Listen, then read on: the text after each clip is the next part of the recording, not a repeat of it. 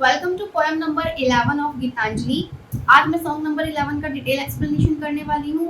गीतांजलि में जितनी भी कविताएं हैं, इन्हें आप सॉन्ग कहो या पोएम्स कहो, एक ही बात है। And before start I want to tell you, Gitanjali की जितनी भी फेमस पोएम्स हैं सबका मैं डिटेल एक्सप्लेनेशन कर चुकी हूँ। पोएम नंबर 1, 2, 10, 35, 38, ये वो फेमस पोएम्स हैं जिनका एनालिसिस एग्जाम में आता है। तो डिटेल एनालिसिस मैंने हर एक पोएम का किया है, आप चेक करना डिस्क्रिप्शन में। एंड गीतांजलि के थीम एनालिसिस को जरूर देखना, आई बटन में आपको लिंक मिल जाएगा। इसमें मैंने बताया है गीतांजलि से रिलेटेड कोई भी क्वेश्चन आता है तो आप उसे कैसे अटेम्प्ट कर सकते हैं, आंसर राइटिंग आपको कैसे करनी है। ओके, सो गीतांजलि के सारे सेशंस आप वॉच कर लेना सेशन 1 से। All links are available in description box. Now let's begin our poem number 11। So poem number 11 में भी 4 स्टैंजा है हमारे। गीतांजलि की जितनी भी पोएम्स हैं टोटल 103, सारी ही छोटी छोटी पोएम्स हैं, बट उनका मीनिंग बहुत डीप है, बहुत गहरा है। और जब तक आप वो डीप डिटेल मीनिंग नहीं समझेंगे तब तक आप एक भी पोएम के स्टैंजा का एनालिसिस एग्जाम में नहीं कर पाएंगे। तो अब ध्यान से सुनिए। First stanza is leave this chanting and singing and telling of beats whom those do worship in this lonely dark corner of a temple with doors all shut। ये जो फर्स्ट स्टैंजा है इसमें रविंद्रनाथ टैगोर ने उन लोगों के लिए बात कही है जो दुनिया से खुद को सेपरेट करके मंदिरों में बैठे रहते हैं। अपने काम का, अपने ड्यूटी का, उनके जो कर्तव्य हैं दुनिया के प्रति या अपने फैमिली के प्रति, उनको वो नहीं निभाते और भगवान को पाने के लिए वो मंदिरों में जाकर बैठे रहते हैं, मंत्र जपते रहते हैं, चैंटिंग गीत गाते रहते हैं, सिंगिंग और माला जपते रहते हैं, टेलिंग ऑफ बीट्स। तो मंदिर के ऐसे डार्क कॉर्नर में बैठ के अकेले वो लोग भगवान को पाने की कोशिश करते हैं इन 3 तरीकों से, chanting, singing and telling of beats. लेकिन यहाँ पर रविंद्रनाथ टैगोर ने ये बोला है कि जिस तरह से तुम भगवान को पाना चाहते हो उस तरह से भगवान तुम्हें नहीं मिलेंगे। भगवान तुम्हें माला जपने से, गीत गाने से या मंत्र जपने से नहीं मिलने वाले। ओपन थाइन आइज, थाइन मतलब तुम्हारी, अपनी आंखें खोलो and see the God is not before the. अपनी आंखें खोलो और देखो, फील करो कि भगवान मंदिरों में है ही नहीं। तो भगवान कहाँ है? कर्म में। Work is worship. हमारी पोएम नंबर 11 में रविंद्रनाथ टैगोर ने वर्क इज वर्शिप यानी कि कर्म ही पूजा है, इस बात को अपने पोएम में समझाया है कि भाई अगर तुम कर्म नहीं करोगे तो भगवान खुश भी नहीं होंगे और ना तुम्हें मिलेंगे, क्योंकि कर्म में ही भगवान का वास है, कर्म ही पूजा है। अगर तुम अपना कर्म छोड़ के, अपने कर्तव्य छोड़कर भगवान को पाने जाओगे तो भगवान तुम्हें नहीं मिलेंगे। तो यहाँ पर वर्क इज वर्शिप, कर्म ही पूजा है, ये मैसेज रविंद्रनाथ टैगोर दे रहे हैं अपनी पोएम नंबर 11 में। सो अब मैं अपने ओपिनियन की बात करूं तो एक तरह से उनकी बात सही है, कर्म ही पूजा है, ये बात भगवत गीता में भी कही गई है, क्योंकि कर्म से बढ़कर कुछ नहीं है। जब तक आप कर्म नहीं करोगे तो आप धन कैसे कमाओगे? धन नहीं कमा पाओगे तो आप भगवान के लिए धार्मिक कार्य कैसे कर पाओगे? बट फिर भी मेरे माइंड में एक थॉट है, जो मीराबाई थी उन्होंने भी तो chanting, singing, telling of beats ये सब किया था। मीराबाई को भगवान नहीं मिले क्या? बिल्कुल मिले। मीराबाई तो एंड में भगवान में ही समा गई, श्री कृष्ण में ही समा गई गीत गाते गाते। उन्होंने पूरी जिंदगी गीत गाए, सिंगिंग करी, पूरी जिंदगी उन्होंने कृष्ण के मंत्र जपे और माला जपी। तो मीराबाई ने भी तो ये तीनों काम किए, उन्हें तो भगवान मिल गए। तो मेरे कहने का मतलब है मीराबाई ने इन तीनों चीजों को ही अपना वर्क बना लिया, उनका कर्म ही हो गया था भक्ति करना, इसीलिए उन्हें भगवान मिल गए। लेकिन यहाँ रविंद्रनाथ टैगोर समझा रहे हैं कि जो तुम्हारे कर्तव्य हैं अपने फैमिली के प्रति या अपने जीवन के प्रति, उनसे तुम नहीं भाग सकते, उनको तुम्हें निभाना चाहिए। वर्क इज वर्शिप और कर्म में ही भगवान का वास है। इसीलिए मंदिर में अकेले जाकर बैठना, विद डोर्स ऑल शट, खुद को दरवाजों में बंद करके बैठना अंधेरे में, और तब भगवान को माला जपना, मंत्र जपना, इस तरह से भगवान नहीं मिलेंगे। अपनी आंखें खोलो और अपना कर्म करो, क्योंकि भगवान वहां पे है ही नहीं। भगवान कहाँ है? कर्म में है। तो मीराबाई ने क्या किया था? अपनी भक्ति को ही अपना कर्म बना लिया था, उन्हें दुनियादारी से ज्यादा मतलब नहीं था। हाँ, लेकिन यहाँ टैगोर साहब ने समझाया है कि तुम भगवान की बनाई हुई इस दुनिया में रह रहे हो, तो तुम्हारी रिस्पॉन्सिबिलिटी है कर्म करना। अच्छा कर्म करोगे अच्छा फल पाओगे, बुरा कर्म करोगे बुरा फल पाओगे। इसको आप इस तरह समझिए, आपका भी एग्जाम होने वाला है जिसके लिए आप गीतांजलि पढ़ रहे हो, राइट। आप सपोज करो कि आपको पढ़ाई नहीं करनी, आप बस मंदिर जाओ, मंदिर में जाके भगवान से प्रार्थना करो, महादेव मुझे पास करा देना है, भगवान मुझे एग्जाम क्लियर करा देना।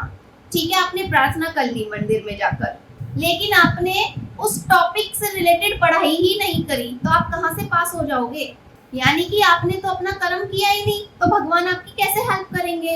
इसीलिए आपको कर्म करना जरूरी है। अगर एग्जाम में पास होना है तो आपको पढ़ना जरूरी है, पढ़ना आपका कर्म है। इसलिए भगवान के मंदिर में प्रार्थना करने पर आपको फल नहीं मिलने वाला, आपको पहले कर्म करना होगा। फिर जब भगवान देखेगा कि हाँ आपने कर्म किया है, तब भगवान आपका साथ देगा, तब वो आपको अपना आशीर्वाद देगा एग्जाम में पास होने का। वो कहते हैं ना कि हमने मेहनत तो बहुत की पर हम पास नहीं हो पाए, हम सफल नहीं हो पाए। क्यों? कई लोगों के साथ ऐसा होता है, वो अपना 99% तो देते हैं, अपना पूरा हार्ड वर्क करते हैं, बट 1% की वजह से वो लोग फेल हो जाते हैं, चाहे वो उनका बिजनेस हो, लाइफ हो या कोई एग्जाम हो। अब वो 1% की जो कृपा होती है ना, वो होती है भगवान की। ऑलराइट, सो 100% आपके पास है, 99% आपको अपने कर्म का देना होता है। अब उस कर्म को कितना सफल बनाना है वो भगवान का काम होता है। वो 1% भगवान का होता है, जो आप भक्ति से या प्रार्थना से प्राप्त कर सकते हो, उनका आशीर्वाद। ओके, तो भगवान उन्हीं का साथ देते हैं जो कर्म करता है और यहाँ जो अपनी मदद खुद करता है।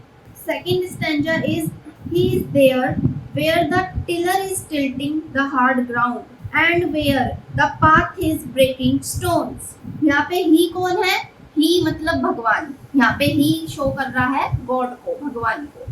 तो रविंद्रनाथ टैगोर बता रहे हैं कि भगवान कहाँ है, कहाँ वास करते हैं भगवान?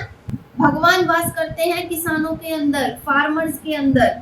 टिलर, यहाँ पे टिलर यानी कि जोतने वाला, और फसल कौन जोतता है? किसान यानी कि फार्मर। तो tilling the hard ground, tilling यानी कि जोतना, हार्ड ग्राउंड यानी कि सख्त जमीन। तो किसान क्या करता है? अपनी जमीन को जोतता है, हल चलाता है, किसी लिए? ताकि जो पब्लिक है, जो आम जनता है, उस तक वो भोजन पहुंचा सके, उस तक वो खाना पहुंचा सके, अन्न पहुंचा सके। जो फूड है, हमारी बेसिक नीड है, वो एक किसान के माध्यम से ही पूरी होती है। इसीलिए किसानों के साथ हमेशा भगवान रहते हैं, क्योंकि वो जन कल्याण का काम करते हैं। और किसके साथ रहते हैं भगवान? Where path maker is breaking stones. और जो पाथ मेकर है, यानी कि जो रास्ता बनाने का काम करते हैं, जो सड़क बनाते हैं, इन्हें आप लेबर बोलते हो। ये लोग पत्थर तोड़ते हैं और सड़क बनाने का काम करते हैं। अब सड़क बनाने के बाद वो मालिक तो नहीं बन जाएंगे ना सड़क के, कि ये सड़क मैंने बनाई है, इस सड़क को केवल मैं ही यूज कर सकता हूँ, नहीं। तो जो सड़क बनाने वाली लेबर है, जो सड़क बनाने वाले लोग हैं, जो पाथ मेकर है, वो भी जन कल्याण का ही काम कर रहे हैं, पब्लिक के लिए काम कर रहे हैं, क्योंकि सड़क रेडी होने के बाद उसे हर कोई यूज करेगा। फिर चाहे वो जानवर हो, इंसान हो, अमीर हो, गरीब हो, कोई भी धर्म का हो, एनीबडी। इसीलिए जो लोग जन कल्याण का काम करते हैं, पब्लिक वेलफेयर का काम करते हैं, भगवान उन्हीं के साथ रहते हैं, भगवान उनका साथ देते हैं। क्योंकि वो लोग मेहनत करने से नहीं घबराते, वो लोग अपना कर्म करने से नहीं घबराते, वो लोग रात दिन मंदिरों में बैठ के भगवान को नहीं पूजते। क्यों? क्योंकि वो केवल अपना कर्म पे ध्यान देते हैं और ईमानदारी से पैसा कमाते हैं। भगवान को ईमानदारी बहुत प्यारी है। So he is with them in sun, in shower and his garment is covered with dust। तो जैसा कि मैंने अभी बताया, वो लोग मेहनत करने से नहीं डरते, चाहे सूरज हो, आंधी हो, तूफान हो। वो लोग हर एक एटमॉस्फेयर में अपना कर्म करते हैं, चाहे कैसा भी वातावरण हो। उन्हें धूप झेलनी पड़ती है, गर्मी झेलनी पड़ती है, सर्दी झेलनी पड़ती है, पर वो अपनी मेहनत करने से नहीं डरते। वो पूरी ईमानदारी से अपना कर्म करते हैं। बेशक जो उनकी बॉडी है वो पूरी धूल मिट्टी में हो जाती है, उनकी बॉडी गंदी हो जाती है, His garment is covered with dust। लेकिन भगवान को इससे कोई फर्क नहीं पड़ता, क्योंकि भगवान को तुम्हारे शरीर की गंदगी से कोई मतलब नहीं है, भगवान को तुम्हारे आत्मा की पवित्रता से मतलब है। तुम्हारा मन कितना शुद्ध है, कितना ईमानदार है, कितना ऑनेस्ट है, हम्बल है, भगवान को उससे मतलब है। और ऐसे ही लोगों के साथ भगवान रहते हैं। सो लास्ट लाइन में क्या कह रहे हैं Rabindranath Tagore? Put off the Holi mental. इसलिए ये जो तुम्हारे हाइपोक्रिटिकल थिंग्स हैं, भगवान को मनाना, मंदिर में जाके उन्हें पूजना, ये सब तो बंद करो। क्योंकि ये सब क्या है रविंद्रनाथ टैगोर के लिए? दिखावा है। भगवान को दिखावा नहीं पसंद, भगवान को कर्म पसंद है, सच्चा कर्म। And even like him come down on a dusty soil. Even like him का क्या मतलब है? कि अब तुम भी किसानों की तरह और पाथ मेकर यानी कि जो लेबर है, जो सड़क बनाने का काम करती है, उन लोगों की तरह अपने लेवल से थोड़ा नीचे आओ और उनकी तरह काम करके अपने कर्म को शो करो, ताकि तुम भगवान को पा सको, ताकि तुम भी भगवान के प्यारे बन सको, भगवान तुम्हें भी पसंद करें। क्योंकि भगवान को मेहनत पसंद है, और जो बंदा मेहनती होता है भगवान को ऐसे ही लोग अच्छे लगते हैं। Third stanza is deliverance. What is deliverance? Where is this deliverance to be found? Deliverance का मतलब है यहाँ पर मुक्ति। और रविंद्रनाथ टैगोर उन भक्त लोगों से बोलते हैं कि तुम कौन सी मुक्ति की तलाश में जाते हो मंदिर? ये जो तुम माला जपते हो, चैंटिंग करते हो, सिंगिंग करते हो भगवान के लिए मंदिर में जाकर, तो इनसे तुम्हें मुक्ति मिल जाएगी क्या? और ये मुक्ति तुम्हें कहाँ मिलेगी और कैसे मिलेगी?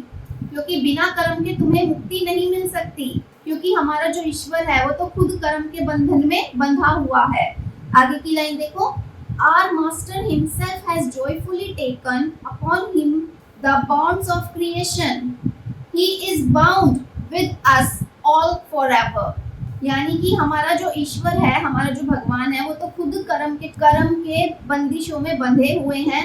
भगवान का तो कर्म ही है हर एक आत्मा को नया जीवन देना। भगवान का कर्म है जन्म और मृत्यु को बैलेंस रखना। भगवान का क्या कर्म है? विष्णु जी क्या करते हैं? संचालन करते हैं। शिव जी क्या करते हैं? विनाश करते हैं। अब विनाश ये नहीं कि वो दुनिया का विनाश कर रहे हैं, आपके मन में जो विकार है, गुस्सा, काम, क्रोध, लोभ, लालच, वो इन चीजों को हरते हैं, इन चीजों का विनाश करते हैं। ब्रह्मा जी क्या करते हैं? दुनिया को बनाते हैं। तो ये क्या है? जैसे जैसे भगवान के भी कर्म डिवाइडेड है, भगवान को पता है कि ये मेरा कर्म है, ये मेरे अंदर आता है, तो वो उस कर्म को खुशी खुशी करते हैं। Our Master himself has joyfully.